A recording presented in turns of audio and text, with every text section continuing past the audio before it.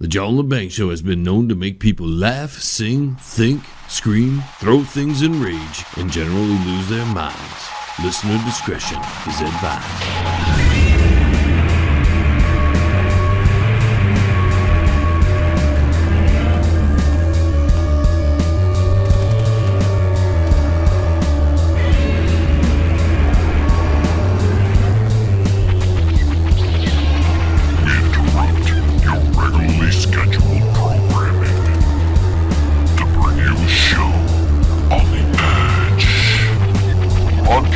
Worldwide and out to the greater universe, you're listening to the John Lebang Show.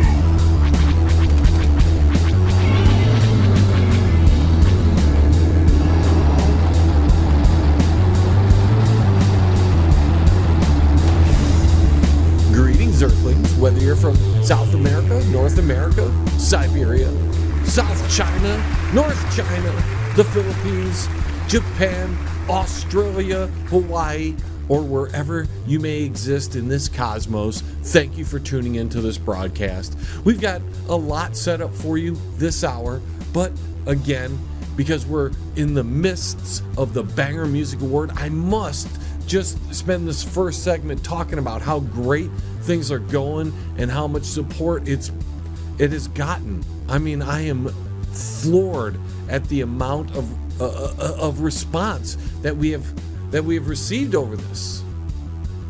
Just this past week, we have broke records on the website, the Facebook pages, the voting.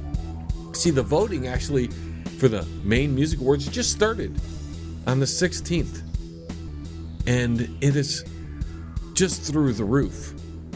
In our first day voting, we broke the record, which was last year, by about 250%.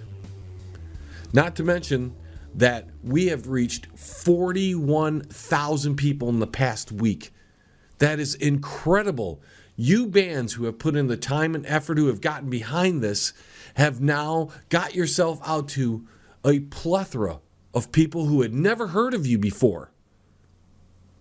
And that's what this Banger Music Awards is about. Not only to celebrate the best of indie rock, but it's also to help network and make indie rock bigger and better than it's ever been. And then hopefully that someday some of these artists, we hope all of them, but we know that's not in the cards, because there's just a small amount of artists that really make it to the big time. But we're hoping that some of you can springboard off this show, springboard off the awards, and take your careers to the next step. And like I said, we hit 41,000 people we reached in the first week. Not only does that break the record, but it smashes it, because I believe, and I don't have them handy, but our prior record was about 8,000 for a week. So we smashed that record.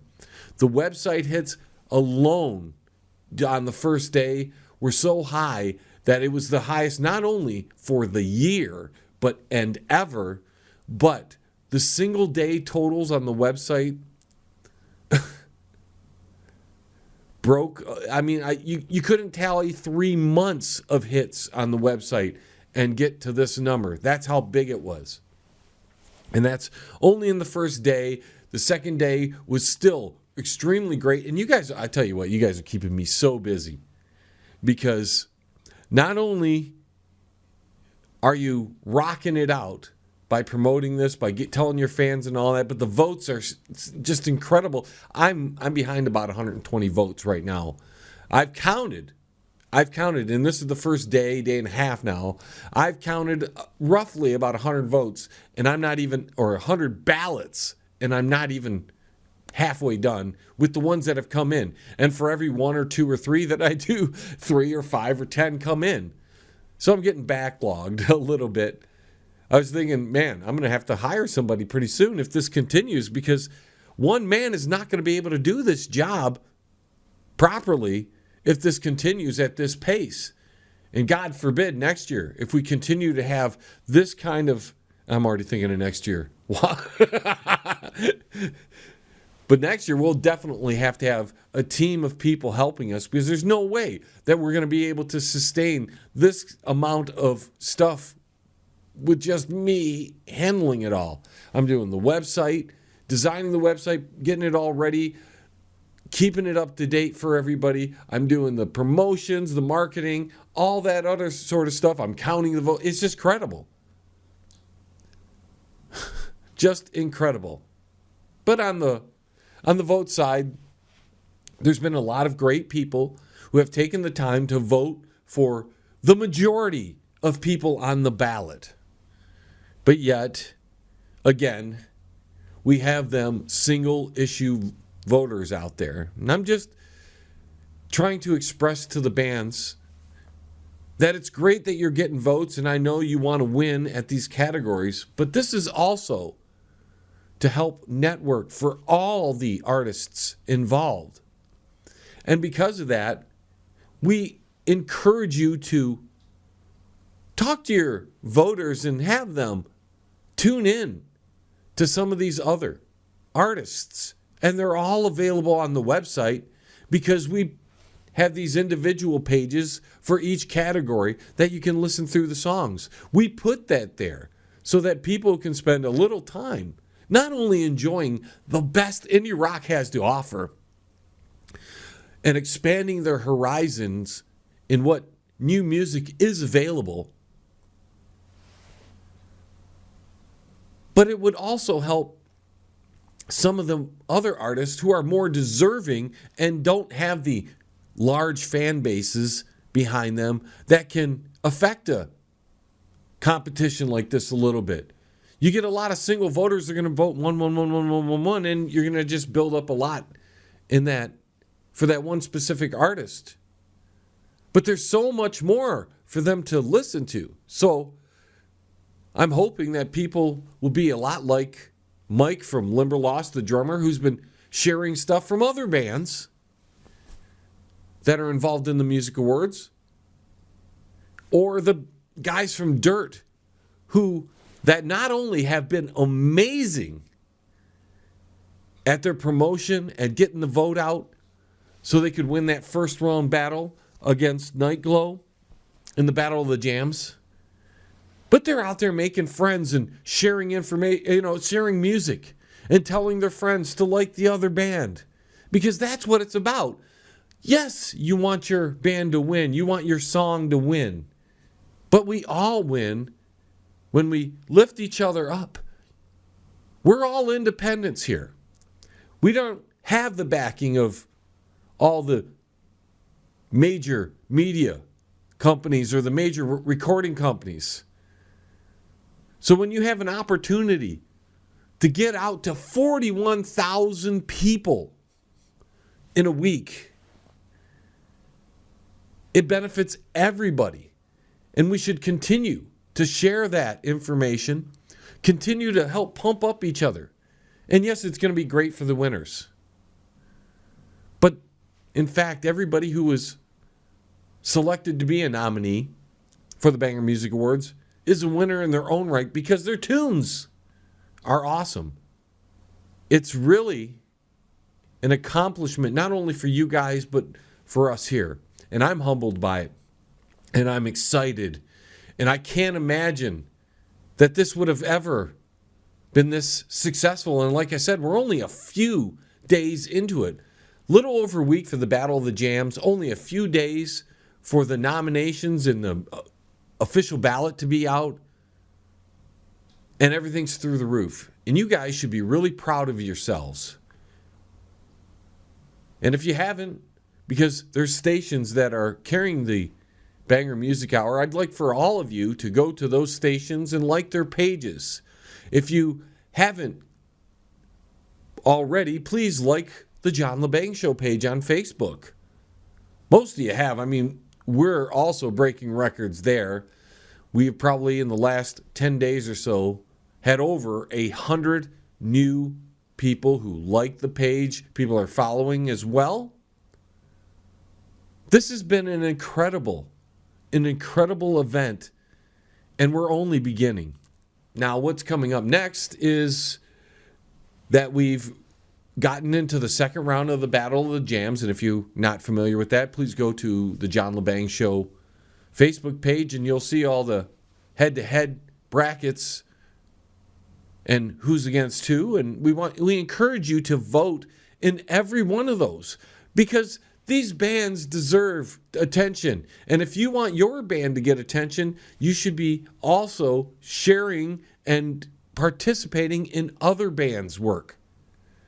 And this is a good way to do it, by just voting for one or the other. Hopefully by the middle of next week, maybe by 2 broadcasts from now of the John Lebang Show, we'll have our official Banger Music Award t-shirts ready for sale. We've been trying to figure out how much we're going to sell them for. Also want to announce that we've brought on some presenters already, and we're going to be taking on more as we go. I want to thank Derek Shelmadine, who will be presenting the Best Music Video Award. This is his 3rd year in a row doing that. It's a really great way he does it because he really describes the video for you. Derek's a great guy. If you don't know who he is, he's the author of Rock and Roll Unraveled. He's a rock and roll historian. Great guy. Used to be a regular guest on the show. Now he's doing his own show. We also have Martin Jones of UG Media. He'll be presenting the Best Rock Song. We have Kevin Holly of The Kevin Holly Show. We're still working on where he's going to be best suited to help us out. We have Crystal K. Rock and Sin. They're going to be presenting the Best Metal Award. With that being said, I guess we've wrapped up the Banger Music Award talks. Guys, again, before I go to break, thank you so much for all the efforts that are being put in by almost everybody. There are a few, the local acts outside of one, have really been quiet on this.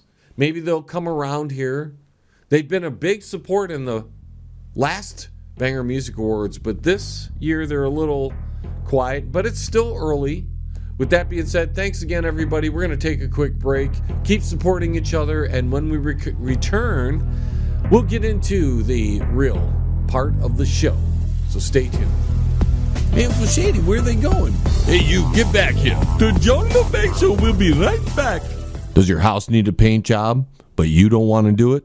Then call Tom at Quality One Painting. He can handle all of your interior and exterior painting needs. He gives free estimates and senior discounts. Call Tom at Quality One. 313-982-2986. That's 313-982-2986. Quality One Painting. You're listening to the John Lebang Show. It's better than an iReader convention. During the break, I checked my email there, and I think it was the last show I was talking about being the afterthought. And, well, there's the afterthought being asked finally to do something. Hey, dude, are you in? After the fact, after you've got everything scheduled out and there's only crumbs left, then it's up to me. Oh, here, you can have this crumb over here. A little crumb over here, a little crumb. Ooh. This is what we got left for you, bro. Oh, thanks, man. That's awesome. Thumbs up to you, buddy. Thumbs up to you. So normally I would hold this off for the days of our lives, but we have so many sound bites. I think I'm going to interject this in to the show now. Because with all the impeachment hearings and the TV circus that we're seeing, Shifty Shift, when you take a good look at him, doesn't he look like a cross between a long, skinny penis and Elmer Fudd? I mean, doesn't he? And then he makes these openly gay remarks to Jim Jordan. Check this out. But I'm about to gavel you down. I'd shut up if Shifty Schmeckel there threatened to gavel me. Just saying. But I'm about to gavel you down. If I were to say something like this to a coworker, I'd be fired for sexual assault. But I'm about to gavel you down.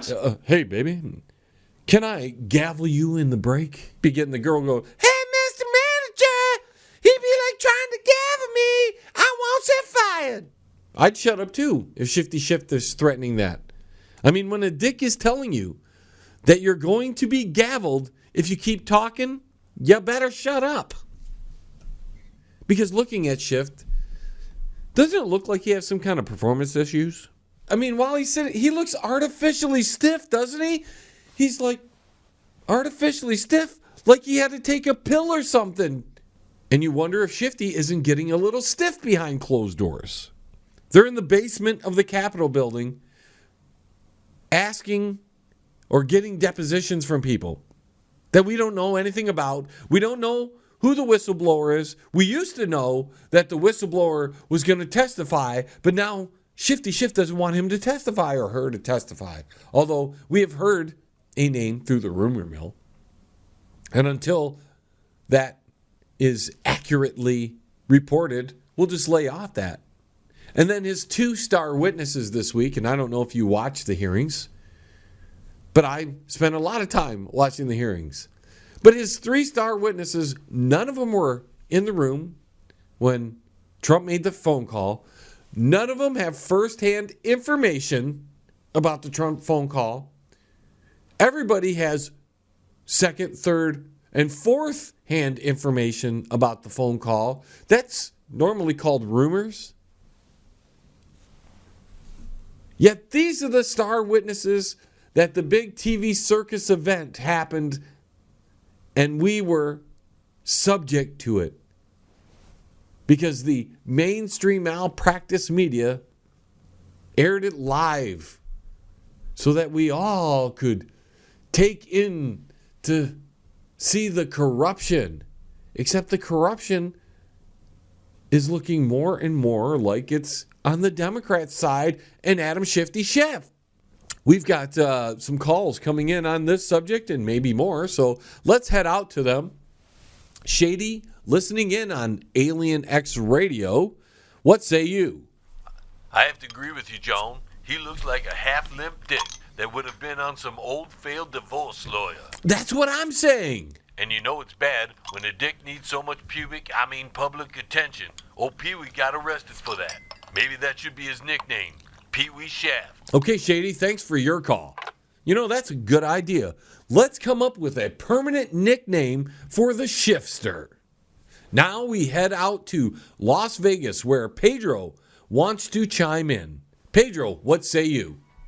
Hey, man, do you know anyone looking for a painter, man? We don't do that kind of service here, sir. Oh, man, don't be dissing, man.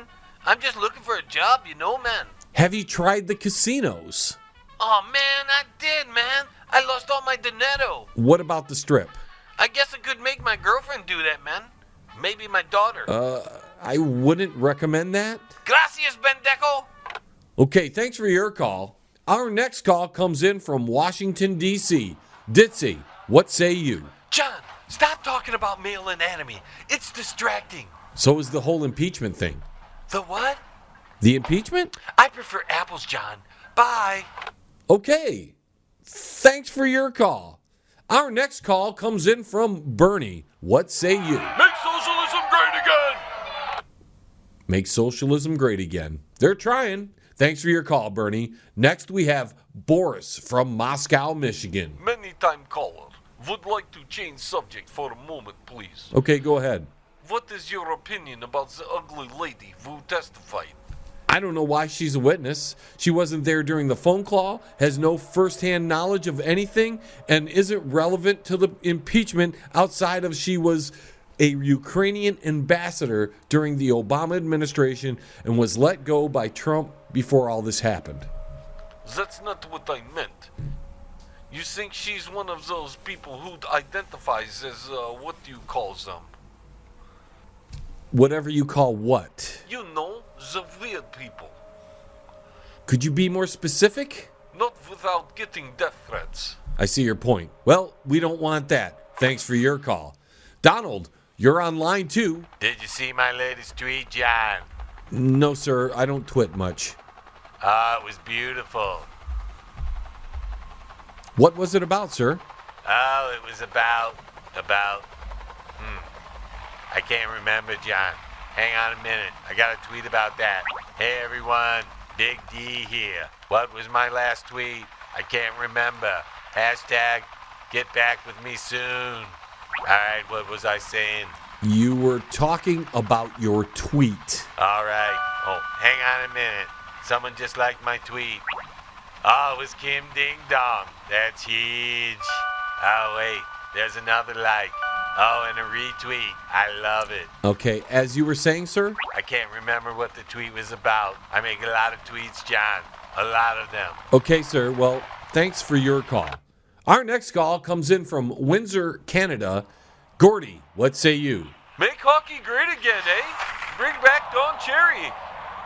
You're referring to these comments, aren't you? Downtown Toronto, forget it, downtown Toronto. Nobody wears the poppy. You people love, they come here, whatever it is, you love our way of life, you love our milk and honey. At least you could pay a couple of bucks for poppies or something like that. These guys pay for your way of life that you enjoy in Canada. These guys paid the biggest price. That's right, eh? Hockey won't be the same, eh? I agree. I don't know why Don Cherry got fired for those comments or was let go or he just resigned. But either way, I don't see why these comments were so bad. He said much worse, and I've heard much worse things from most people on the Democratic left. Thanks for your call. Batman, you've got the final word. Hey, what's up? Is that your final word? I didn't know I would be under so much pressure right now. You mean crime fighting, right? No, and having the final word. It's gotta be epic. Well, think of something quickly. This is hard. I don't want to say something janky. Well, why did you call? Oh, I was between criminal events, so I wanted to say what's up. Well, if there's a lull in criminals here, maybe you could go down to Washington, D.C. and clean up that town. I'd love to, but that's out of my jurisdiction. Your jurisdiction? You're from Gotham, and you're busting criminals here in the D. Oh, I had to relocate. Taxes were too high there. Why didn't you go to Florida like the president? Have you ever tried crime fighting in the Florida sun? I can't say that I have. It's murder. You could be chasing a supervillain through a swamp or marsh, and all of a sudden, there's a crocodile trying to bite you. Then the bugs. Don't get me on the bugs. They're bigger than the criminals. And besides all of that, all the humidity makes my balls itch. Makes your balls itch. Thanks, Batman, for that visual. You're welcome. We got more calls coming in, so I guess that wasn't our final call. Peppa, you're up next. Tell that stupid hoe she be stupid. Who? That bleach bone stupid hoe. You mean Ditzy? That's right. Thanks for your call. Captain Rainbow, you're up next. Tell Batman I've got something for his sweaty balls. Okay, thanks for your call. Cora, you're on line one. Sonny, your show sucks. Do you like anything about the show, Cora? That's my opinion. I'm sticking to it.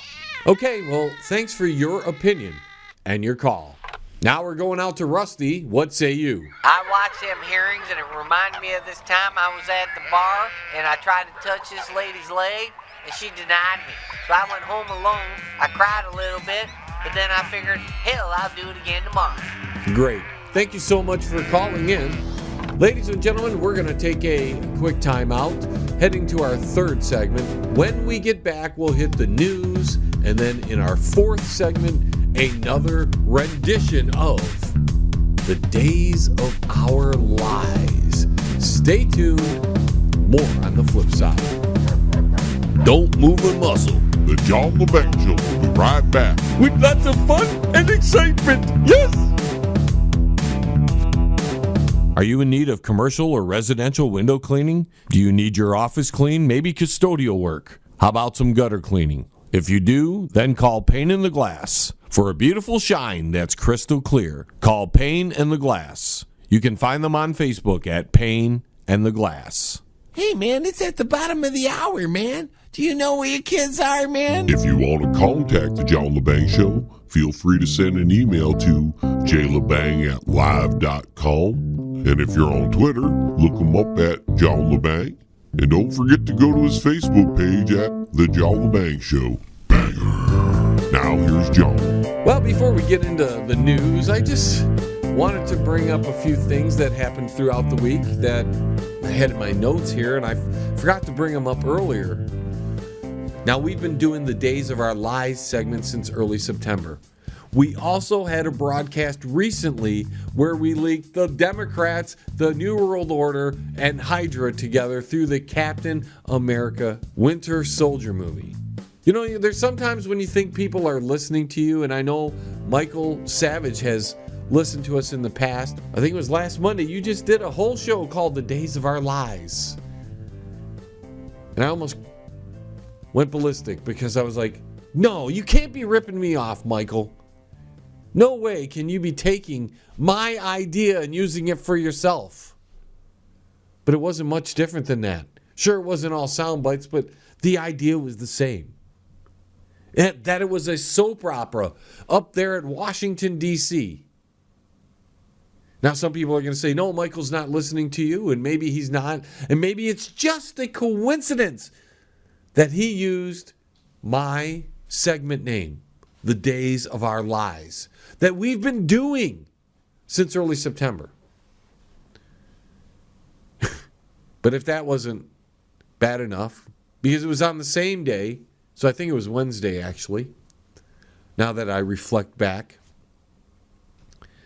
we tune in to Glenn Beck because he had a special broadcast that night where he was going to be exposing the State Department. Well, he linked it to Hydra from Captain America Winter Soldier. And I was like, oh, another one using my idea. And I'm thinking, well, no way Glenn Beck can be listening to me as well. There's just absolutely no way Glenn Beck is listening to me. It's maybe Michael Savage is listening to me, but not Glenn Beck. But when they link it to Hydra and that movie directly, and he calls himself Captain America, I threw up my hands. I was like, where are these guys getting these ideas from? Maybe it's not so original. I thought they were original ideas. And I can't accuse people of plagiarism, stealing my ideas, because they're too big. They're too big to be taking ideas from me. So now I'm worried that my ideas aren't original enough. How am I going to stand out against Glenn Beck and Michael Savage when they're clearly, after the fact that I've been doing it, using my ideas? And I'm not saying they stole my ideas. I'm saying I had a idea before they did, used it, but they're going to make it popular. It's not the first time that another talk show host had an idea of mine. In fact, some directly use my ideas, even to the point of taking sound bites from my show. Remember, I talked about this a few weeks ago with Shady. I thought he was moonlighting. So when this all happened this week, and I'm like, geez, man, I gotta do a better job of coming up with ideas. But we're not going to get rid of the Days of Our Lies because it was our idea first. And there's proof of it. Michael, you can go ahead and make it popular. I don't care. That's fine. Everybody's going to think it's your idea and that I took it from you. But there's audio proof. We did it first. So thanks, Michael, for legitimizing my idea, for making me feel like, oh, well, you know what? It was at least a decent idea because Michael did it. Although I've got to get better. It's going to look like I'm stealing from them. So I have to come up with better ideas. And I guess I'm going to. Because we can't just have that. Now, with that being said, let's get into some of the news because, it's just great. Male sex robots to replace men as women leave loveless relationships to fulfill their desires. So what they're saying is women aren't leaving loveless relationships because you can't get love from a male robot. You can get a little sex, but you can't get, especially sex robots. They're called sex robots. They're not called love robots. Although down the road, I would think politically correct minds will come up with that term. They're love robots. They'll love you more than just being a large version of a vibrator that pretends it's a man. I mean, you women aren't going to need men anymore because you're going to have your sex robots. And you'll probably be able to take those sex robots because they're going to make these multifaceted robots that can do more than just one task. And you're going to have them take out the garbage. And you're going to have them doing everything else because Who needs a man these days when you got a sex robot? You'll have the robot of your dreams. Data, will you take out the garbage?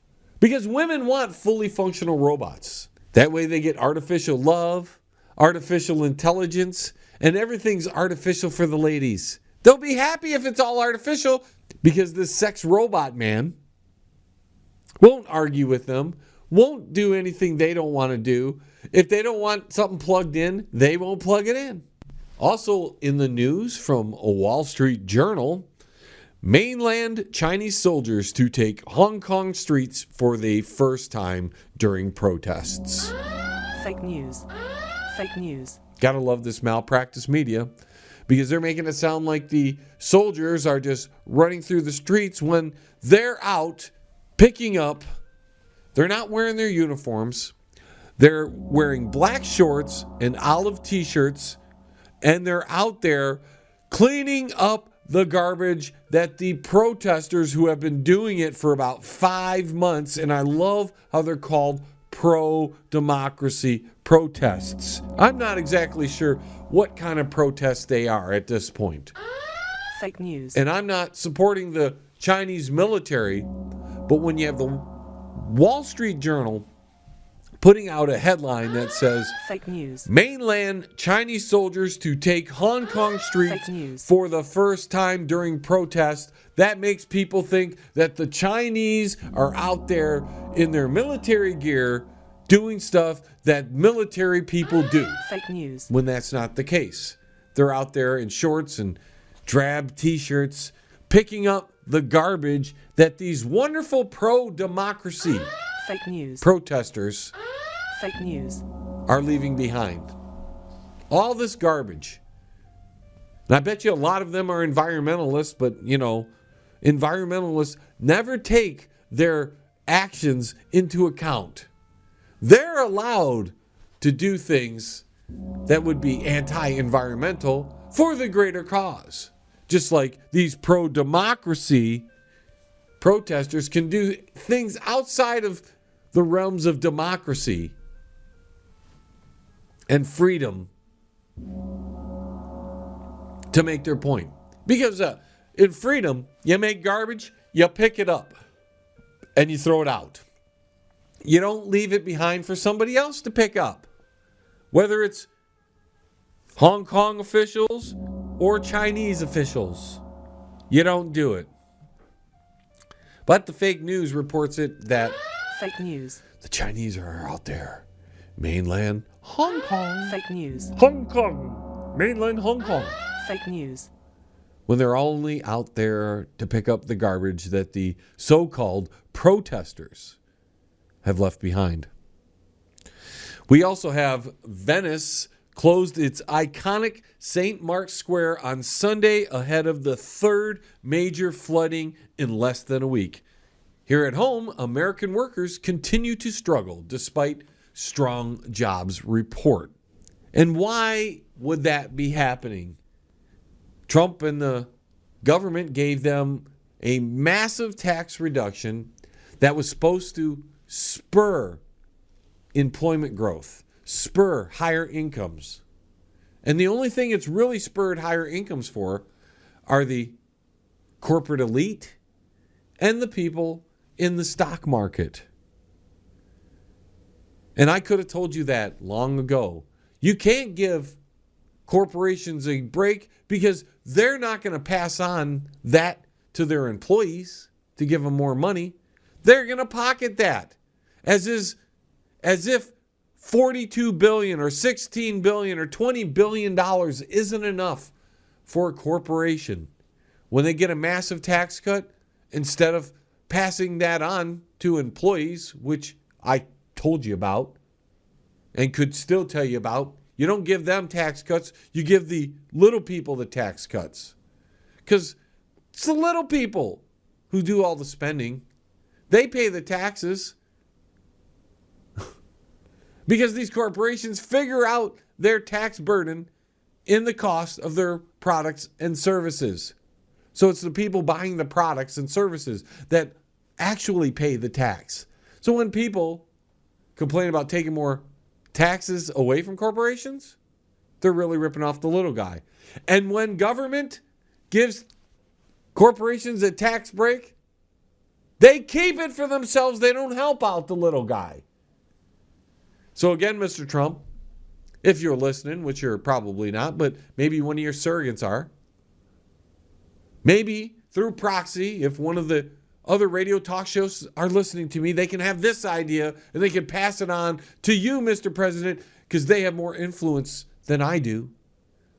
But give the tax breaks to the little people. Make it tax-free. You want to see the economy blow up? That's a good way. Does government need the money or do the people need the money? And when you give a corporate tax break, Mr. President, does that help out the employee? Or did it just put more dollars into the pockets of corporate executives and people on Wall Street, which we just hit a new high, which Trump's going to tout? And that's fine. You can tout that. But we at the bottom here haven't really seen the full benefit of this roaring economy that you keep touting. And in one final story before we take a quick break, horrible story. Humans are at war with apes as villagers take revenge on the monkeys because they are eating babies. That's right. Just recently, a 2-year-old was snatched by an adult male chimpanzee while a family was in the garden together, and it tore the baby apart before his distraught parents could rescue him. This is in Uganda. And the paper that reported this said that they were enjoying a meal and one of the children asked for a drink of water. Well, the parent moved to get the water from a can about 5 meters away, only to see the chimpanzee emerge from bushes, get a hold of 2 of the children. They dropped one of them and took off running.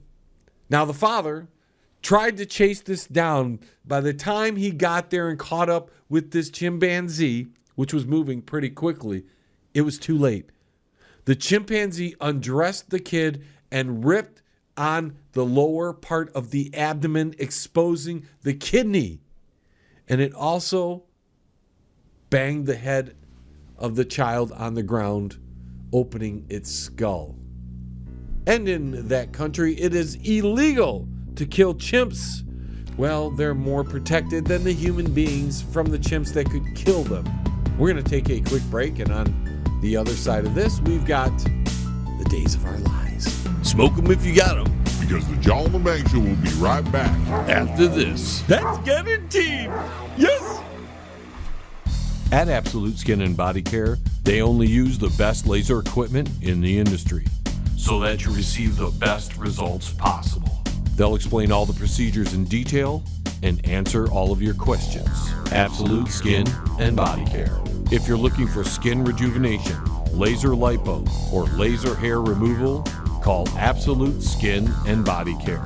They're located at 37625 Ann Arbor Road, Suite 105 in Livonia, Michigan. Absolute Skin and Body Care. Their office phone numbers are 248-305-3000. That's 248-305-3000. Absolute Skin and Body Care. You're listening to the John Lebang Show. It's huge. Now I got to tweet about it. Last week on The Days of Our Lives, Adam Schiff initially in September said he was adamant about hearing from the whistleblower, and it only changed when it became clear that there was coordination between Democratic staff and the whistleblower before the whistleblower complaint was issued. This was started based off of people who, once the president got elected, while his hand was on the Bible, they were calling for his impeachment. Democrats have been vowing to oust President Trump since the day he was elected. We're not allowed to have witnesses. We're not allowed to have legal counsel, White House counsel. It's a disgrace and it's an embarrassment to our nation. When you look at this, you guys want him to go in with no attorneys, no witnesses, no Twitter, no anything. You know, at some point, you got to say, when is it going to be a fair process? And today was not a fair process in there. Now, the continuation. It's been another crazy week in the soap opera that is Washington, D.C., and we've got so many sound bites that we don't have much time to talk. So let's get to them. Here's Devin Nunes talking about the 6 weeks of secret depositions the Democrats have engaged in. After the Democrats staged 6 weeks of secret depositions in the basement of the Capitol, like some kind of strange cult, the American people finally got to see this farce for themselves. And all this is a TV spectacle. It's unfortunate that today and for most of next week, we will continue engaging in the Democrats' day-long TV spectacles instead of solving the problems we were all sent to Washington to address. Here he talks about work they have ready to do, and the Democrats are more worried about impeachment. We now have a major trade agreement with Canada and Mexico ready for approval, a deal that would create jobs and boost our economy. Meanwhile, we have not yet approved funding for the government, which expires next week. So when the government shuts down, ladies and gentlemen, you all can blame the Democrats once again. Now Devin Nunes brings up the outing of the whistleblower. And just when you thought the spectacle couldn't get more bizarre, committee Republicans received a memo from the Democrats threatening ethics referrals if we out the whistleblower.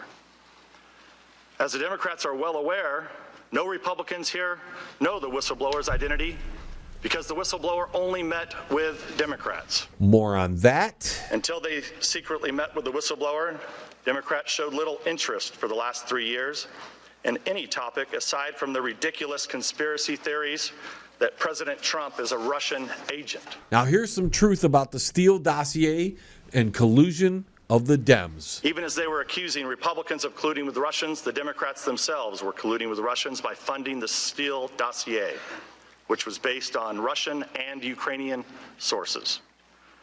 Meanwhile, they turn a blind eye to Ukrainians meddling in our elections because the Democrats were cooperating with that operation. Now here's a name you'll be hearing a lot in the coming weeks. Chalupa's actions appear to show that she was simultaneously working on behalf of a foreign government, Ukraine, and on behalf of the DNC and the Clinton campaign in an effort to influence not only the U.S. voting population, but U.S. government officials. Now they get into questioning Ivanovich. Here's Nunes. Were you involved in the July 25th Trump-Zelensky phone call or preparations for the call? No, I was not. Were you involved in the deliberations about the pause in military sales to Ukraine as the Trump administration reviewed newly elected President Zelensky's commitment to corruption reforms? For the delay in... For the pause. The pause? No, I was not. Were you involved in the proposed Trump-Zelensky, later Pence-Zelensky meetings in Warsaw, Poland on September 1st? No, I was not. Did you ever talk to President Trump in 2019? No, I have not. Mick Mulvaney? No, I have not. Thank you, Ambassador. I'm not exactly sure what the ambassador is doing here today. This is the House Intelligence Committee that's now turned into the House Impeachment Committee.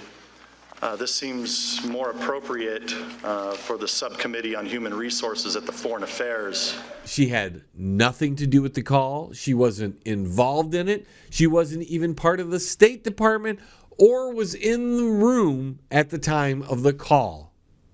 What a waste of TV time and money, don't you think? Here's some questions of Ivanovich from Jim Jordan. Ambassador, should ambassadors ever try to influence host country elections?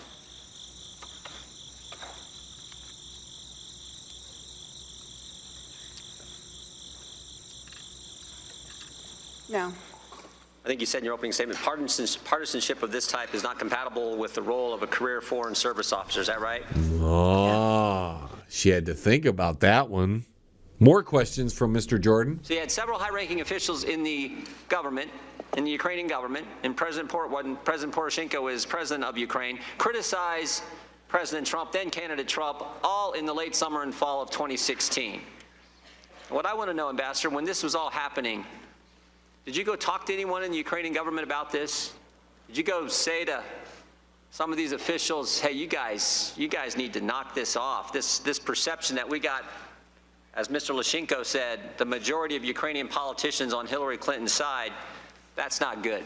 Did you have that conversation? No. Didn't talk to anyone in the government? Did you talk to President Poroshenko? No. Didn't alert anyone in the government? No. Here's more on that. But in 2016, when we know that the majority of Ukrainian politicians want Clinton to win, because it was said by a member of parliament, when the ambassador to the United States from Ukraine writes an op-ed criticizing then candidate Trump, when Mr. Avakov calls candidate Trump all kinds of names, nobody goes and talks to him and tells him to knock it off. Did you have any conversations, Ambassador, with Victoria Nuland or Secretary of State Perry about what was going on in 2016 and this majority of Ukrainian politicians being for candidate Clinton and not and opposed to President Trump? No, I did not. No one did anything. No one did anything. You see why maybe the president was a little concerned about what went on in Ukraine, and you couple that with the corruption level that we know exists in Ukraine, you add to that this idea that he's not a big fan of foreign aid, why he might be a little concerned about sending the hard-earned tax dollars of the American people to Ukraine? I'm sorry, is there a question there? There was. Okay, could you repeat it, please? Is there a question? Is there a question? He tries again here. I'm asking, maybe we can kind of see why the president was a little concerned when you have the highest ranking officials in the government, the ambassador criticizing him, parliamentary member Lyshenko criticizing him, when you have Avakov, the guy who first told you about Giuliani, criticizing him. All this going on, and when you couple that with the concerns he has about corruption, the concerns he has about Europe not doing enough, the concerns he has about reluctance to send in the hard-earned tax dollars to any country. Mr. Jordan, I have indulged you with extra time, but I appreciate my indulgence is wearing out. I appreciate it. There is a question, right? Our indulgence wore out with you a long time ago, Mr. Chairman. Well, I'll tell you that. But I'm about to gavel you down, so if you have a question, I suggest you. I'm asking her: do you think there's maybe a reason that this was that President Trump's concern was justified? You know, I can't speak for the president on this, but what I would say is. You've listed a number of actions. I think from my point of view, that doesn't create a Ukrainian government strategy to interfere in our election. I didn't say that. Mr. Jordan, please allow the ambassador to answer the question. There's Shifty Schiff interrupting him. Here's more on that. I have several questions I think Mr. Castor wants to get to. I know, Ms. Stefanik, you had a few quick questions for the ambassador. Yield to you, Ms. Stefanik. Thank you, Mr. Nunes. Ambassador Yovanovitch, thank you for being here today. The gentlewoman will suspend. What is the interruption for this time? It is our time. The gentlewoman will suspend. You're not recognized. Mr. Nunes, you are minority counsel. I just recognized. Under the House Resolution 660, you are not allowed to yield time except to minority counsel. The ranking member yielded time to another member of Congress. No, that is not accurate. You're gagging the young lady from New York. Ambassador Yovanovitch, I want to thank you for being here today. Gentlewoman will suspend. You're not recognized. This is the 5th time you have interrupted members of Congress, duly elected members of Congress. Gentlewoman will suspend. Mr. Chair, we control the time. It's been customary of this committee that whoever controls the time can yield to whoever they wish. If we have members of Congress that have a few questions. But they aren't allowed to ask any questions, are they? Thank you. Ambassador, before I was interrupted, I wanted to thank you for your 30 years of public service from Mogadishu to Ottawa to Moscow to London to Kyiv. I also wanted to thank you for hosting the numerous bipartisan delegations. I led one of those delegations in Ukraine. My questions today will focus on 3 key themes. The first is the role of the president when it comes to appointing our ambassadors. The second is long-standing corruption in Ukraine. And the third is aid to Ukraine. Earlier this week, as you know, we heard from George Kent. And I know that Mr. Kent is a colleague, a friend, and someone who you deeply respect. In his testimony, he stated, all ambassadors serve the pleasure of the president. You would agree with that statement, correct? Yes. And in fact, he elaborated and went on to emphasize that this is without question. Everybody understands that. You would agree with that? I would agree with that. More questions for the former ambassador. Is it not the president's prerogative to appoint whoever he wants in any country? First of all, I am not against political ambassadors, just to be clear. I just wanted to clear that up. Now, can I yield to Ms. Stefanik? Do I need your permission? You may yield. Oh, so we see you need Schiff's approval to talk. Nice oligarch dictatorial Russian court rules there. Shifty Shift and the whistleblower coming out soon. Since the chairman has gavelled out all of my colleagues with their unanimous consent, I am going to read for the record many of the chairman's comments in September of the importance of hearing from the whistleblower. Again, Ambassador, thank you for your patience, thank you for your service, but since we haven't been able to conduct ourselves in normal procedures, I'm just going to use the 5 minutes for this. September 29th, in the Wall Street Journal, quote, the whistleblower at the center of the impeachment investigation of President Trump will testify in the House very soon. This is a quote by the chairman. USA Today, September 29th. Talking with ABC News this week, Schiff, the Democrat who chairs the House Intelligence Committee, said the whistleblower would testify very soon, and the only thing standing in the way was getting security clearances for the attorneys representing the whistleblower so they could attend the testimony. From Vox, September 29th, Rep. Adam Schiff said Sunday the whistleblower at the center of a growing scandal surrounding President Donald Trump will testify before the House Intelligence Committee very soon. On CNN, September 29th, Schiff said Sunday on ABC as well as NBC's Meet the Press that he expects the whistleblower to testify very soon. The Washington Post, September 29th.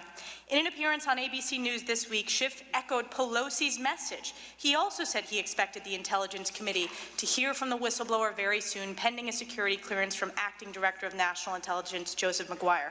In the Huffington Post, Schiff told ABC's this week that he expects the whistleblower to appear before this committee very soon. In the New York Post, quote, we'll get the unfiltered testimony of that whistleblower. In the Washington Times, quote, that whistleblower will be allowed to come in. These are all quotes from Chairman Adam Schiff. In Talking Points memo, the question was posed, actually this was by George Stephanopoulos, have you reached an agreement yet with the whistleblower and his or her attorneys about coming before the committee and providing the information firsthand? Quote, yes we have, Schiff responded, and as DNI McGuire promised during the hearing, that whistleblower will be allowed to come in and come in without a minder from the Justice Department or from the White House to tell the whistleblower what they can and cannot say. We'll get the unfiltered testimony of that whistleblower. In Daily Kos, we're ready to hear from the whistleblower as soon as that is done, and we'll keep obviously riding shotgun to make sure that the acting director doesn't delay in that clearance process. In CNBC, we'll get the unfiltered testimony of that whistleblower. In Market Watch, House Intelligence Committee Chairman Adam Schiff said Sunday that an agreement has been reached under which the whistleblower will testify before the committee very soon. I can keep going, but again, the chairman refused to allow us to put these into the record with unanimous consent. So I've read those out, and as we know, it is important to protect whistleblowers from retaliation and from firing, and we want to make sure whistleblowers are able to come forward. But in this case, the fact that we are getting criticized by Chairman Adam Schiff for statements that he himself made early on in this process shows the duplicity and just the abuse of power that we are continuing to see. One last soundbite. Second hearing, third witness who has no firsthand knowledge of the subject that is supposed to be the focus of this entire inquiry. Third witness who never talked to the president. Third witness who never spoke with Chief of Staff Mulvaney, third witness who was not on the call. Third witness who wasn't even, as I said, in Ukraine when the relevant, during the relevant time frame. Wasn't even there when President Zelensky left before he was even inaugurated as the new president. If the Democrats are going to insist on tearing our country in half with this impeachment charade, that the president is just going to sit back and allow Adam Schiff to play this game. For example, they were talking quid pro quo. That fell flat, so last Sunday on the news shows they started talking extortion. That fell flat, so now they're talking bribery. I don't know what the next moving goalpost or shiny object of the day is going to be, but don't expect this president of the United States to just sit back and allow this to go on. The previous administration, against the interagency, against Congress, denied Ukraine lethal aid. This president provided, and for this he's getting impeached.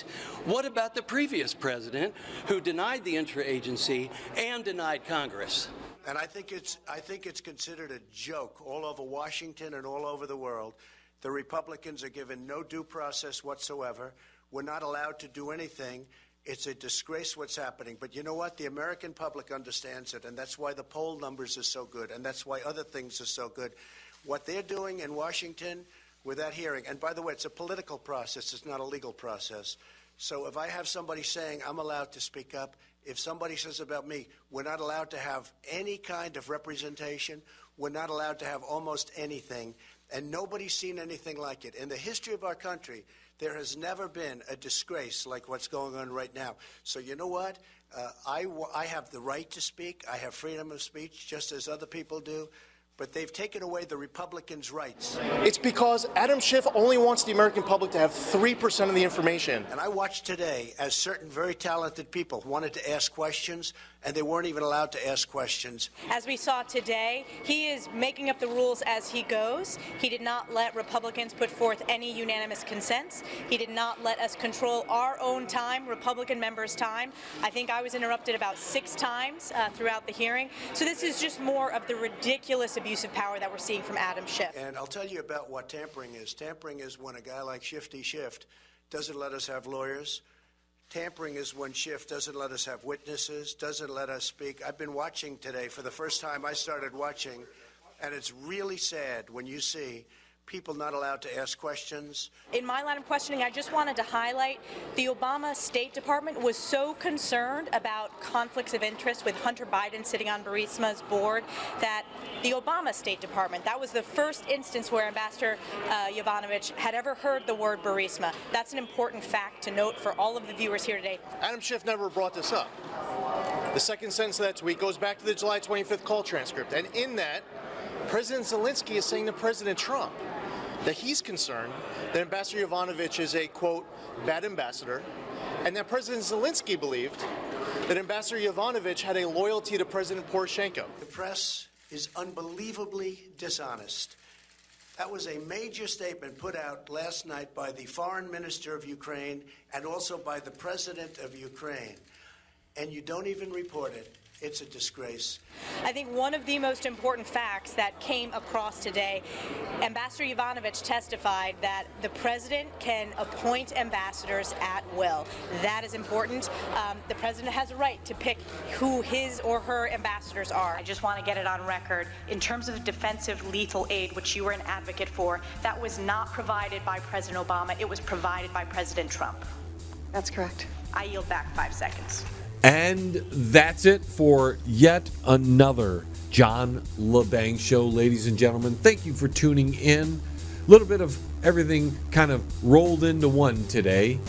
Appreciate you all stopping by. Don't forget to go to the website, www.jlebang.com. I'd like to thank all of the affiliate stations who carry the John Lebang Show. And, of course, you, the listener, for tuning in. Don't forget, we've got the Banger Music Awards going on right now, so please go to the website, check out all these great bands. You won't regret it. And until the vibrations of my vocal cords reach your ears again, I'm John Lebang, signing off from the Banger Studios. We'll see you next time. 8, 7, 6, 5, 4, 3, 2, 1. Have liftoff.